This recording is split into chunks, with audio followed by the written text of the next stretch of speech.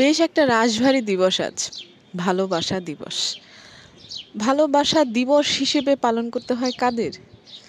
যাদের আসলে দেখানোর আছে ভালোবাসি, যারা অনুভব করে, তাদের জন্য কোনো দিবস লাগে না।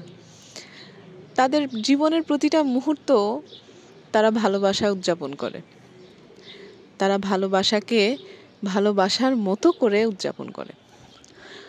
আর যাদের ভেতরটাতে ভালোবাসা নেই, শুধু দেখানোর জন্য যাদের ভালোবাসতে হয়, তাদের জন্য দিবস লাগে।